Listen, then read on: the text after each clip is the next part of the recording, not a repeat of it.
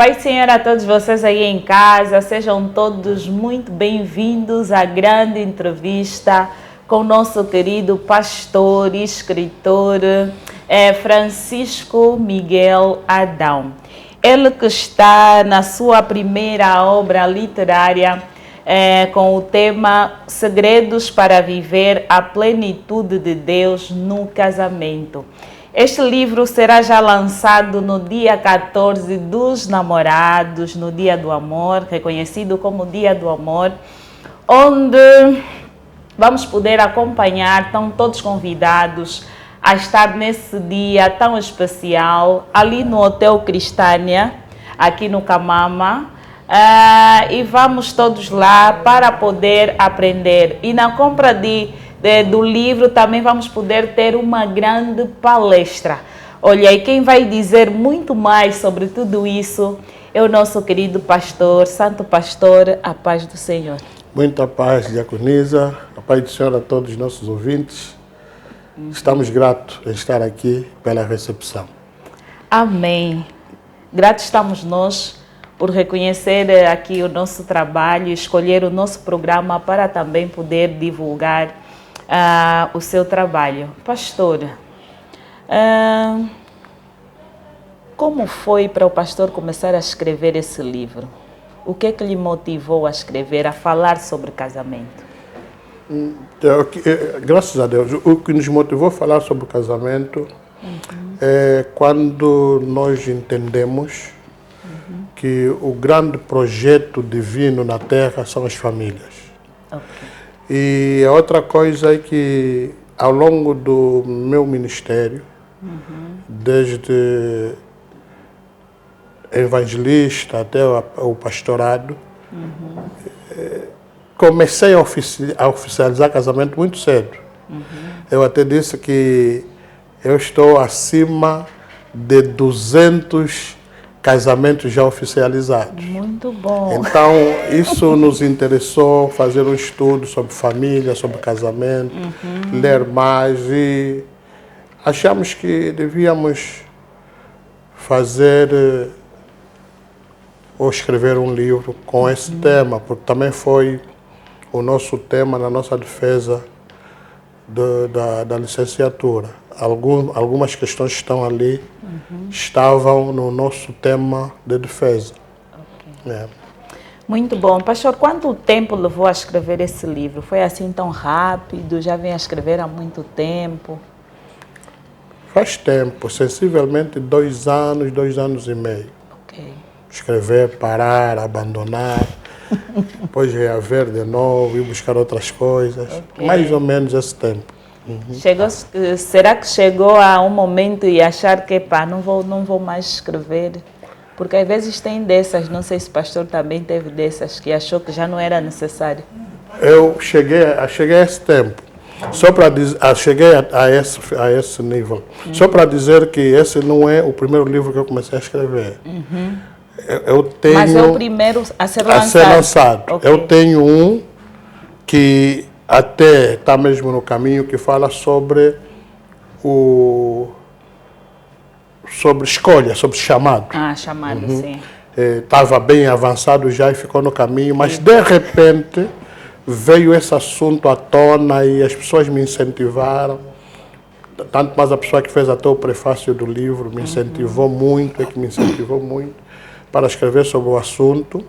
E dali nos interessamos em escrever sobre casamento. Muito bom. Querido pastor, falando aqui do livro, eu estive aqui a ver o livro e tem aqui o ponto sobre intimidade e pureza sexual. E tem aqui a linha A, na página 37, que diz que o problema da imoralidade sexual. Eu gostaria que o pastor falasse um bocadinho sobre o problema da imoralidade sexual. Ok.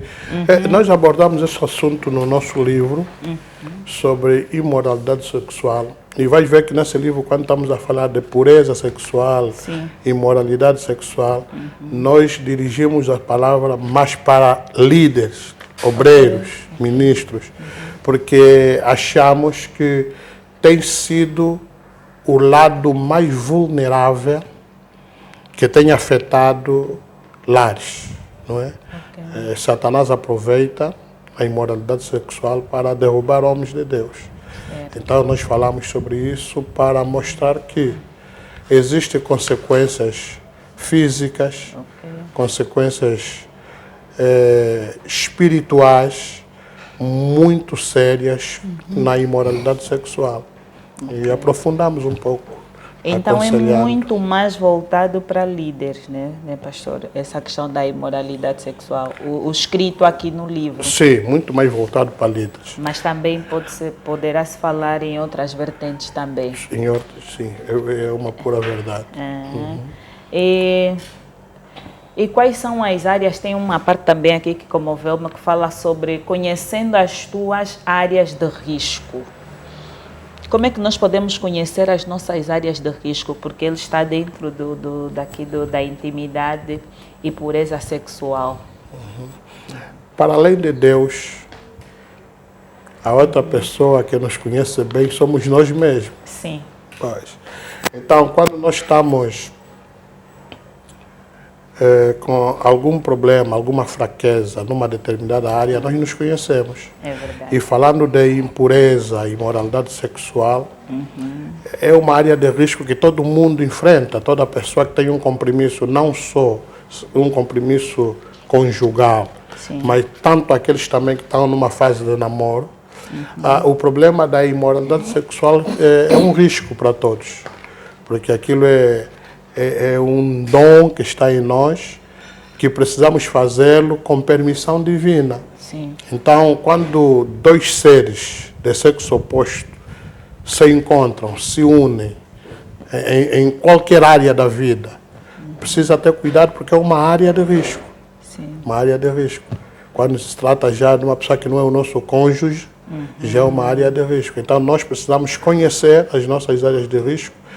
Quando estamos num campo minado, quais são as atenções que precisamos ter, Sim. com o objetivo de não defraudarmos a palavra de Deus. Amém. Muito bom, pastor. Pastor, nós precisávamos também saber aqui quais são os hábitos espirituais que ajudam, né, nos ajudam a manter o casamento saudável. Amém. Eu acho, em palavras muito simples, hábitos espirituais que nos ajudam a manter o casamento saudável. Sim. É a observância da palavra de Deus. Ok. Porque para o casamento existem leis e mandamentos. Nós vamos encontrar na Bíblia, ali na carta dos Efésios, Paulo escreve muito sobre isto, os deveres da mulher, do marido, dos filhos. Dos filhos, sim. Então, quando nós temos hábitos, ou hábito de obedecer à palavra de Deus, cumprimos com o nosso dever espiritual, social. Esse é um dos hábitos que nos ajudam a manter o casamento saudável. Inclui aí a oração, a leitura da palavra de Deus, a observância dos princípios divinos. Em suma, eu acredito ainda que num casamento a base é Deus. Então, quando nós temos Deus, e quando eu digo em ter Deus é que quando nós obedecemos Deus, numa relação, a gente vai ter um casamento saudável. Ok. Pastor, como é que nós podemos entender? Será uma separação, uma diferença, melhor, entre família e casamento? Quando falamos de casamento, falamos de família? Bom, família, nós entendemos em família nuclear, né? E a restrita. A restrita é a mesma coisa sobre falar de casamento? Bom, quando nós... Ou casamento só inclui os cônjuges? Não, casamento inclui os cônjuges e os filhos. Ok. Isso é que nós entendemos como família, não é? A nossa família que está no nosso núcleo. Sim. E quando a gente casa, o resto é nosso parente próximo, Certo, né? certo. Não deixa de ser família, mas a nossa família fica no contexto quê? No contexto dos frutos do casamento. É ali onde nós começamos a prestar atenção sem ignorar o outro lado. As nossas origens, no caso. Sim, sim. Olha, não podemos ignorar as nossas origens. Eu estive aqui a ver a dedicatória, uma dedicatória muito linda. A dedicatória diz assim: a mulher que me gerou com muito amor, minha querida mãe Antônia João Agostinho, e a mulher que germinou e cresce no meu coração, minha doce esposa Eva da Conceição André Adão. Então começamos a ver que até o facto de nós estarmos casados, não é? Também precisamos lembrar ou honrar os nossos pais. Correto. Nossos pais é a nossa identidade. Ok. O casamento não nos desconecta, não nos separa dos pais. Não nos separa dos pais. São nossos progenitores. Sim. São eles que nos deram a bênção, são eles que nos criaram. É através dele que nós estamos no mundo. Sim. Mesmo casados, nós temos uma ligação forte com aqueles que nos deram a vida. Certo, muito bom. E o pastor usou aqui duas palavras que parece uma ser sequência da outra. Uma gerou e a outra germinou. Amém. Como é que podemos entender isso? Às vezes quando estamos inspirados, né? Isso é só da dedicatória. Sim, nós os homens temos a semente e as mulheres são a terra. A terra, certo. Não é? Então, quando a semente vai à terra, a semente germina, gera, né? Gera, sim. E agora, germinar nós que já estamos crescidos e notamos que, afinal, também nós precisamos ter algo que mexe com o nosso coração. Certo. Aquele amor materno que recebemos no princípio vai fazer com que a gente tenha alguém que germina em nós. É verdade. Alguém que continua a fazer com que essa vida, essa pessoa, esse amor continue, né? Alguém que te ajuda a dar sentido à vida. A vida. Sim, sim. É uma sequência do amor materno, sim, não é? Sim. Encontramos alguém que completa para a gente a sequência. Sim. Por isso é que eu dediquei o livro às duas mulheres. Muito bom, gostei muito. E às vezes nós só queremos falar de Deus. Deus também age por meio do nosso parceiro. Correto. Assim não é isso, mesmo, pastor? Assim mesmo. Porque nós Deus só queremos... também age o nosso próximo. A Bíblia diz, amai o teu próximo como a ti mesmo, né? Sim. Então, se de facto Deus nos manda amar o nosso próximo como a nós mesmos, aquilo é um princípio de que precisamos amar as pessoas que a gente vê. Certo. E as pessoas que a gente vê são imagem e semelhança de Deus. E são essas pessoas que muitas vezes trazem o recado de Deus para nós. Para nós. Quando nós já não temos ouvidos para ouvir Deus. Amém, amém. Porque será que é possível que isso aconteça nos casamentos, que chega um momento que o parceiro já não consegue ouvir Deus e o seu parceiro o ajude, né, a voltar a conhecer ou a ouvir a voz de Deus? Sim, porque não temos uma outra maneira de ouvir Deus senão pelo homem. Certo. Deus usa o homem para o homem falar através dele. Agora, tem outras formas que são mais íntimas de ouvir Deus. Sim. Mas imagine, o pastor prega a palavra de Deus para as pessoas. Sim. É Deus usar o homem para os homens ouvir Deus através do homem. Certo. Assim também é no casal. Sim.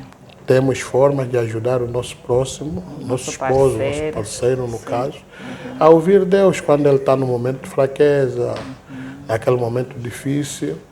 Deus pode usar a esposa como um canal, ou o esposo como um canal, para poder edificar. Só que muitas vezes acontece que há certos parceiros que não querem ouvir o parceiro. É problema de comunicação. É problema de comunicação. É problema de comunicação. Sim. E a outra pergunta que se segue, querido pastor, é: o que precisamos mudar hoje para viver a plenitude do propósito de Deus no casamento? É só mudar os maus hábitos. Ok. E observar dentro da palavra de Deus aquilo que faz bem a um casamento. Tão objetivo assim. Sim, é só. É só mudar os maus hábitos. Meu Deus. Aquilo que não faz bem à minha parceira, eu preciso mudar. Porque, no fundo, o casamento é a gente fazer feliz o nosso cônjuge. Sim. Aquilo que não lhe faz feliz, a gente tem que entender que esse é um mau hábito. Não é? Sim, Até sim. certo ponto. Até certo ponto. Porque Pode. às vezes é a verdade, mas ele nem quer ouvir. Até certo ponto. Sim, até certo ponto. Então, pastor, nós vamos agora querer saber como é que deve funcionar no casamento a situação de saber ouvir e saber falar.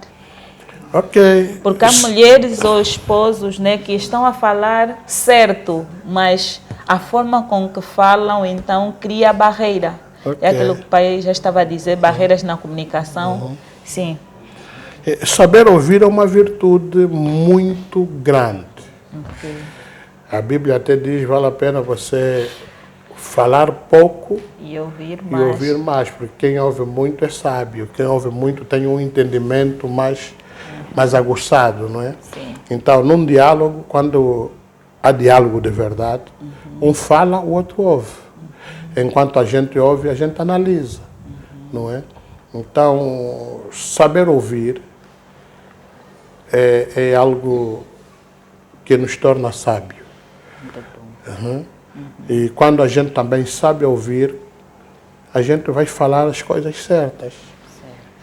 Esse é o segredo que existe na comunicação entre o casal. Casal que tem o hábito de diálogo são aqueles que têm a capacidade de ouvir e depois de emitir também a sua ideia com base naquilo que ouviu. Pastor, será que o diálogo e a falta de respeito podem andar juntos? Diálogo e falta de respeito se podem andar juntos. São duas coisas muito diferentes.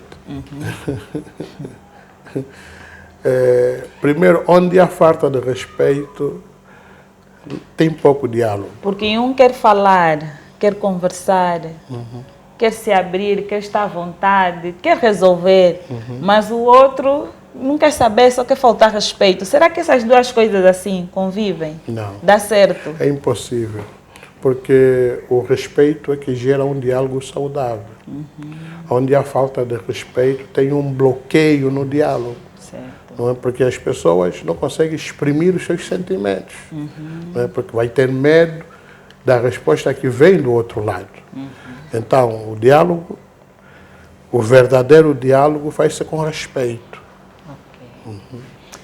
Pastor, tem também a questão de muitos casais nos últimos tempos porem fim nos seus casamentos. Uma coisa que a Bíblia diz que só a morte separa, porque não há entendimento, né?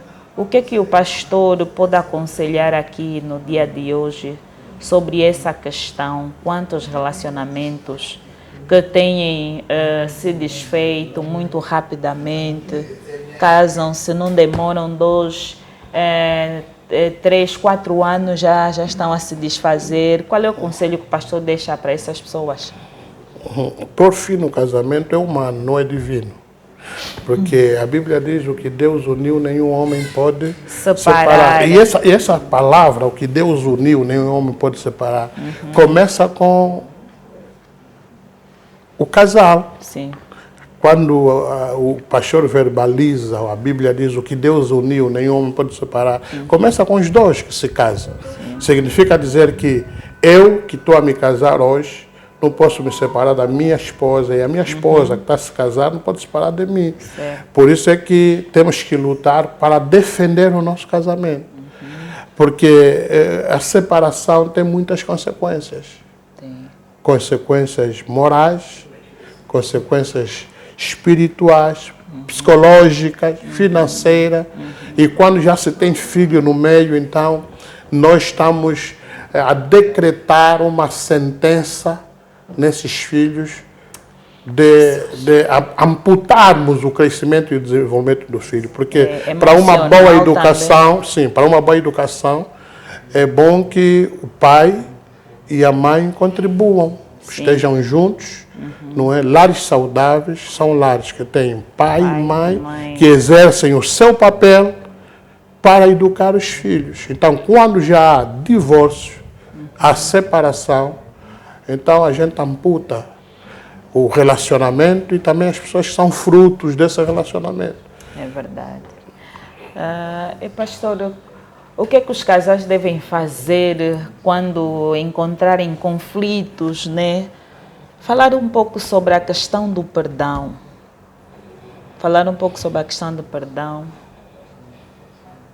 Porque às vezes o orgulho fala mais alto, né? E acabamos estragando muita coisa. Sim, eu queria que o pastor falasse também um pouquinho sobre isso. A Bíblia diz assim: humilhai-vos debaixo da potente mão de Deus. Quem se humilha será exaltado e quem se exalta será humilhado. Então, o perdão é um mandamento. Se há um grupo de pessoas que não vão no céu, são pessoas que não sabem perdoar. Porque quem não perdoa também não é perdoado. Jesus. Então, o perdão faz parte num relacionamento. Porque casamento é união de duas pessoas imperfeitas. Nós não vamos casar com uma pessoa perfeita. E tem se dito, quem tem virtudes também tem defeitos. Certo. Então, se eu quero que as pessoas entendam e perdoem meus pecados, meus erros, eu também tenho que estar pronto para perdoar aquela que me ofende. Neste caso, o meu cônjuge. E às vezes, pastor, perdoamos todo mundo de fora e não conseguimos perdoar o nosso parceiro. Isso é um problema grave. Porque a Bíblia diz que eu e a minha esposa somos uma só carne. A pessoa que ela ele ou ela devia mais perdoar, mais amar, é que ele sente mais ódio. Sim. Essa é a face oculta do amor. Meu Deus. Há pessoas que um dia disseram, eu te amo, mas vivem a vida dizendo nas entrelinhas, te odeio. Mas um dia já disse que eu te amo. Eu acho que com a mesma intensidade com que amou, é também a mesma intensidade com que não consegue perdoar. E pessoas que eles nunca amaram, facilmente perdoam, sei lá. É por isso que as pessoas que vivem conosco, no caso, nosso esposo ou nossa esposa e os nossos filhos, é que conhecem bem o perfil espiritual que a gente tem. Certo. Porque tudo começa no lar. Se eu não consigo perdoar no lar, eu não posso ir trazer um outro rosto fora, né? Porque aqui no núcleo familiar tudo começa, até o nosso ministério começa no lar. Lá fora é uma hipocrisia. Paulo disse assim, aqueles que não sabem cuidar dos seus, principalmente dos da sua família, negaram a fé e são piores que ímpios. Eu quando ouço essa parte pior do que infiel, eu falo, meu Deus, o que está a orar mesmo é pior do que aquele que não aceitou a Jesus. Não, é só para ver, a então, dimensão espiritual que a família tem. Certo. A família tem uma dimensão espiritual muito forte. Meu Deus. Quando um crente, um cristão, não consegue lidar bem com a sua família, Deus declara ele de infiel. Então, a família é um projeto de Deus que nasceu no coração de Deus. E Deus vai cobrar os pais, as mães, por causa da família. Nós que temos família, vamos prestar contas a Deus. Então, nós temos que cuidar bem da família que a gente constituiu. Amém. Pior do que infiel. Pior do que infiel. Muito bom. Está a ser aqui muito boa a nossa conversa e nós vamos continuar. Pastor, nós temos a questão de o que se diz muito, perdoar, não esquecer. O que é que o pastor pode nos falar sobre isso? Que perdoar, não esquecer. Está certo? Está errado isso? Como é que nós podemos entender isso? Está certo. Está certo. Perdoar, não esquecer. Okay. Mas também não é repetir o erro do outro todos os dias, ou da outra todos os dias. Quando alguém nos ofende, a pessoa abre uma ferida. Certo. Ok? E essa ferida precisa de etapas para a cura. Não é? Então, a ferida precisa ser curada. Depois de ser curada, vai cicatrizar. Eu já esqueci o dia que me feriu. Mas quando eu olho para a cicatriz, eu lembro que alguém abriu essa ferida. Então não esqueço. Okay. Mas também não me dá o direito de eu usar o pecado do outro para repetir todas as vezes. Sim, para fazer. Perdoar, não esquecer, mas também não fazer de cavalo de batalha para...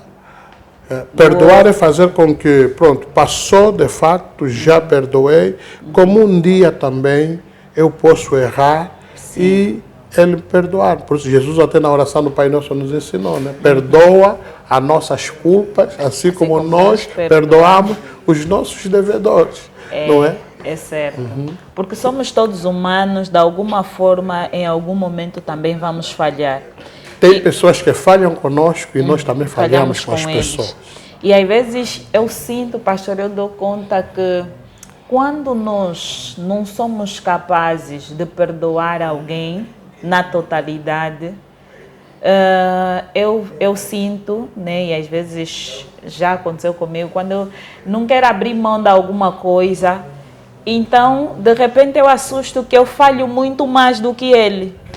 E eu vejo que é Deus fazendo isso, para que eu depois veja que, afinal eu fiz pior. Eu fiz pior. Então, se a princípio você perdoar você já não erra tanto assim. Porque às vezes Deus só quer te mostrar, você só está com a mente a pensar que o outro é falho. Então Deus permite você fazer algo pior, para você entender que não, você é muito mais falho do que o outro. Aí você consegue equilibrar. Então, é uma dessas coisas que eu venho entendendo ao longo do tempo. Por quê? Porque Deus quer nos ensinar com isso, que Ele não usa pessoas feridas. Certo. Mas usa pessoas cicatrizadas. Certo. Quando a gente tem aquele trauma, aquele orgulho de falta de perdão, é porque a nossa ferida está aberta. Está aberta. Quando a nossa ferida está aberta, até infecciona. Chama as moscas. Chama mosca. E Deus não vai te usar assim. Não tem como. Deus usa pessoas que sabem perdoar. Lembra de José, a história de José? Perdoe os irmãos. Entre os filhos de Jacó. Deus viu que o único que tem capacidade de perdoar é esse. Então, Deus não vai usar ninguém que tenha feridas abertas, certo, mas vai usar pessoas feridas que são cicatrizadas. Sim. Por isso é que o perdão tem muito poder. Mesmo no lar, o perdão tem muito poder. O perdão pode ganhar uma vida. E eu louvo a Deus pelas mulheres que hoje são cristãs, que têm marido descrentes. Certo. Eu acho que elas têm uma capacidade de Deus de perdoar muito grande. Não quero dizer que só elas. Sim, até as mulheres crentes que têm marido crentes também têm uma capacidade grande de perdoar. Então a Bíblia diz: perdoai-vos uns aos outros. E assim vamos cumprir o mandamento. E assim vamos andando para a glória de Deus. Olha, quando o pastor falava de perdoar, não significa esquecer. Não significa esquecer, e ao longo do tempo a pessoa vai crescendo, né, no casamento. Esse é o meu querido padrinho. Eu não vos apresentei como padrinho, né? O meu querido padrinho. Ele sabe, eu não lhe trago muitos problemas. Amém, glória a Deus por isso. Não é só ela que não me traz muito problema, o casal não me traz muito problema. Muito obrigada. Nós não trouxemos muitos problemas. Nós sabemos gerir aqui as coisas e graças a Deus por isso. Amém. Glória a Deus. É a graça de Deus sobre nós, sobre o nosso casamento. Perdoar não é esquecer, sim, mas lembrar de uma forma já assim alegre, não é, pai? Eu me recordo assim algumas vezes, né?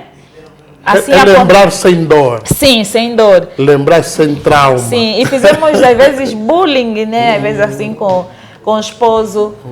Ele me fala assim, mas mãe, eu que então naquele dia estavas assim, não sei o quê, mas estavas a se comportar assim por quê? Eu fico só já a rir, me falaste isso, me falaste aquilo, me fizeste aquilo. Ele está a lembrar de algumas coisas que eu fiz para ele, mas ele está a falar, está a rir já, acha graça. Tá. Sabe por quê? Sabe por quê? Não. Porque antes dele falar para ti essas palavras, sim, ele já decidiu te perdoar. Vai já bem nervosa, falaste já bem de coisa. Eu que então, mãe? Tem que ficar calma. Eu falei nada, é minha mulher mesmo. Não sei. E eu fico assim ali, eu falo, ele também nem está triste, nem está a rir mais do que eu que cometi. O perdão dele é automático. Não é preciso que alguém peça perdão, ele perdoa automaticamente. E isso é muito bom. É muito bom. Isso é um sinal de pessoas curadas. Amém. Amém. Pessoas curadas não esperam que o cônjuge venha dizer perdoa. Não é? Mas também o cônjuge não pode aproveitar disso para estar sempre a ferir e não reconhecer os seus erros. É verdade. Porque reconhecer o erro mostra uma capacidade de mudança. Certo. Não é? Porque não há mesmo casais perfeitos, as pessoas sempre vão errar, por mais que decidem não errar, quando vão assustar. Nós estamos numa natureza sim, pecaminosa. O segredo Paulo disse, o bem que eu quero fazer, não faço. Não faço. Mas o mal que eu não quero fazer, luto para não fazer, mas quando de repente me vejo que já estou... Isso não é um argumento para a gente sustentar a carne. E continuar a falhar. Não, nós estamos num propósito divino de fazer o nosso cônjuge feliz e também agradar a Deus. Porque observar os mandamentos divinos no lar é agradar a Deus. Certo. Então, nós temos um compromisso com Deus, com a família, com o nosso próximo. Sim. Então, nós precisamos nos esforçar, com a ajuda do Espírito Santo, a gente pode ser um casal perfeito. Amém, amém. Pode ser um casal perfeito, sim, podemos sim. Em Deus podemos sim ser um casal perfeito. Muito bom, pastor. Está muito boa aqui a nossa conversa, nós vamos continuar. Pastor, a questão que se segue é como apoiar o chamado e os sonhos do parceiro. Ok. Nós abordamos isso no nosso livro. Sim, eu estou aqui a ver mesmo. E também tentamos desencorajar algumas crenças com relação a isto. Sim, sim. Aqui tem como sonhos e projetos, não é? Sim, sonhos e projetos. Sonhos e projetos. Sim. E no livro nós falamos mais na vertente ministerial. Certo. Mas, como eu disse atrás, e também no livro, nos 100 segredos para manter a plenitude de Deus no casamento, nós temos ali um número que diz assim, casamento é um ministério. Ok. Por que a gente colocou esse casamento é um ministério? Sim. Porque, biblicamente falando, as qualificações para uma mulher de Deus, para um homem de Deus, começa com a família. Amém. Marido de uma só mulher, governa bem a sua casa. Amém. E sabe educar os seus filhos, criar no temor dos filhos. Então, se a gente não conseguir exercer um ministério no lar, não consegue cultuar com os filhos em sim, casa. Não conseguimos transmitir valores, não conseguimos orar, pregar para os nossos filhos, ensinar os nossos filhos. Que ministério vamos exercer na igreja? Quem não sabe cuidar da sua casa, como vai governar a igreja de Deus? Agora, a problemática desse livro é, há muitos problemas de casais, que nós falamos até ainda ontem isso ali no podcast Pensar Família. Sim. que é um hábito da igreja querer exigir a mulher ser igual ao pastor na igreja. Certo. Se o pastor prega, ou o ministro prega, a mulher também tem que ser pregadora. Se o pastor prega ou dá palestra, a mulher também tem que ser palestrante. Não. O nosso ministério não começa na igreja, começa no lar. Certo. Nós temos mulheres que na igreja não aparecem, mas exercem o seu ministério no lar. Sustentam, cuidam do homem de Deus, intercedem com o homem de Deus, cuidam dos filhos do homem de Deus, cozinha com o homem de Deus, trata da roupa do homem de Deus. Esse ministério, melhor do que ganhar 1000 pessoas lá fora e perder todos os teus filhos. Ontem ainda perguntei, nós temos lido a Bíblia.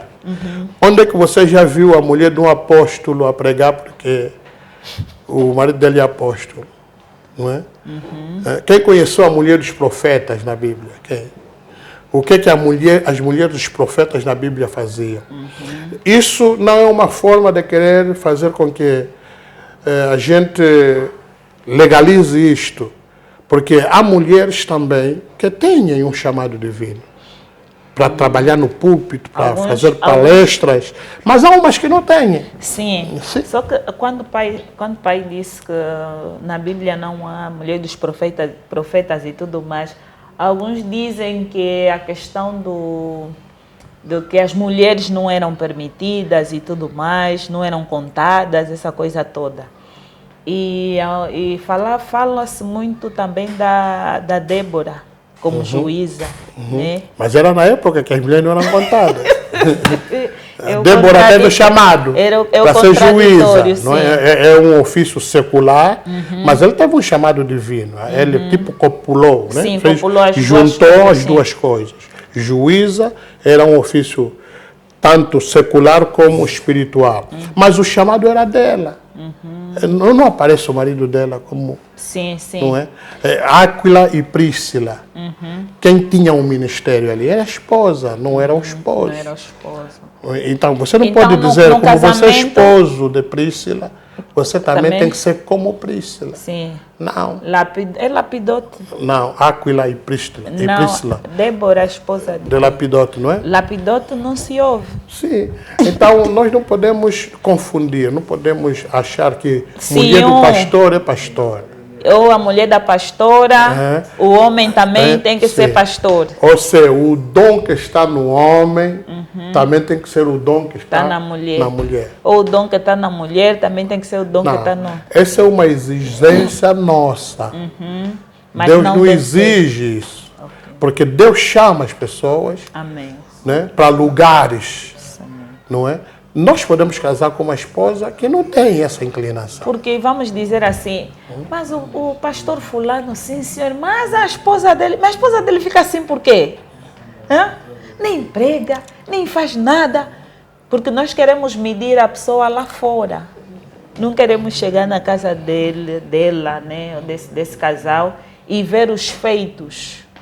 É mais ou menos por aí. Há muita gente que serve a Deus de uma maneira invisível. Nós estamos aqui a ser filmados para falar. O que está nos filmando está onde? Está aí. Está a ser visto? Não está a ser visto. Será que não está fazendo nada ele? Está fazendo todo o trabalho. Então... Porque sem ele aqui... O nosso ministério seria o quê? Sem ele? Eu só vim sentar e falar. Então nós não podemos confundir as coisas. Sim. E espiritualizar tudo. Amém. O verdadeiro cristão, o verdadeiro servo de Deus tem que saber que há lados para espiritualizar e há coisas para naturalizar. Amém. Se a minha mulher não prega, é muito natural, mas não significa dizer que ela não é mulher de Deus. Só que tem homens, pai, que não aceitam isso. E isso é que estamos falando outra mulher de casamentos temporários e fracassados. Ele arranja outra mulher porque acha que essa mulher não tem altura, não está combinando comigo. Uns até dizem, Deus falou comigo que você não é a mulher que ele me deu. Mulher do ministério. Usam isso como... Isso é mentira. Mentira do diabo. Porque até antes do casamento, Deus pode não concordar. Sim, mas quando se casa, Deus passa a concordar. Como é que você vai dizer que Deus não concorda com um casamento feito? Se vocês se amaram aqui na Terra e disseram sim, ele também selou. Então, nós chamamos isso de exigências humanas. E nós queremos colocar Deus na frente, achar que as pessoas que servem Deus só são aquelas pessoas que estão atrás de um púlpito, não é? Sim. Mesmo na igreja, nem todos que servem Deus pregam, dão palestra. Sim, outras varrem. Tem diácono, tem diaconisa. Outras são da limpeza. São da área que é material da igreja. Sim, sim. Não é? Você vai dizer que aquilo não é ministério? É, as pessoas que trabalhavam no templo, com aqueles ofícios de fazer, aquilo não é um dom divino? Era, mas não eram pregadores. Só que nos últimos tempos, pai, ministério agora é louvor. Ministério agora é louvor e pregação. Não, o ministério não é só isso. Porque o resto aqui ninguém está entendendo mais nada. Não, o ministério não é só isso. O ministério começa na nossa casa. Há muita gente que serve Deus na igreja. E em casa está reprovado. Meu Deus. Serve Deus na igreja, serve bem, mas em casa está reprovado. Então vale a pena ser aprovado em casa e ser reprovado fora de casa? Não, pelo mundo. Tem que ter aprovação dos dois lados. Dos dois lados. Porque luta para estar bem eu ando aqui. dizendo assim, nós na igreja não lemos Bíblia Sagrada, mas os que moram conosco, a Bíblia deles é a nossa vida. O nosso comportamento. Amém. Não é? Muito bom. O nosso tempo passou. Louvamos a Deus pela presença do nosso querido e amado pastor Francisco Miguel Adão, ele que é da Assembleia de Deus Pentecostal, Ministério Quilamba Kiashi, líder do Centro Bom Samaritano. Pastor, muito obrigada por ter vindo. Já apresentamos o livro. Lembrar que estaremos todos nós, dia 14. Só quero dizer que as vagas são limitadas, só para 60 pessoas. Só vamos ter lá 30 casais. E esses 30 casais já estão todos convidados. Como assim? O resto vai esperar a venda nas igrejas. Porque aquele é um local só para lançamento. Sim. O local é restrito. Então temos que cumprir com as orientações. Então corra já. Ainda tem uma vaga ou duas, né, pai? Não, todas as vagas já estão preenchidas. Os convites foram mesmo direcionados. Meu Deus. E também com o intuito de, se o casal for lá às 15 horas para autografar o livro que vai comprar e participamos aí do coffee break, podem já pagar o quarto, como é dia dos namorados, passar a noite lá no hotel, Cristânia, pagar um jantar, o amorzinho da vida e dia seguinte... pequeno almoço, direito para a igreja. Vai ser um cenário romântico. Um cenário romântico. Para a gente apimentar os casais. E rever. Essa é a intenção. Amém. Muito bom. Então, nós terminamos, pai. Tem alguma palavra, quer dizer alguma coisa? Agradecer a equipe de serviço, a diaconisa Herculana. Sim. Agradecer pelo grande convite, por essa abertura também. Amém. Deus abençoe, que Deus se digne abençoar também esse projeto, que esse projeto avance e vai à frente. Agradecer a todos aqueles que estão nos escutando e têm o interesse de comprar o nosso livro. É um pequeno, mas um grande livro. É verdade. Que tem muita coisa que vai edificar o vosso casamento, o vosso namoro, o vosso relacionamento. Que Deus abençoe a todos. Muita paz. Muita paz. Muito obrigada. Até lá, fique com Deus.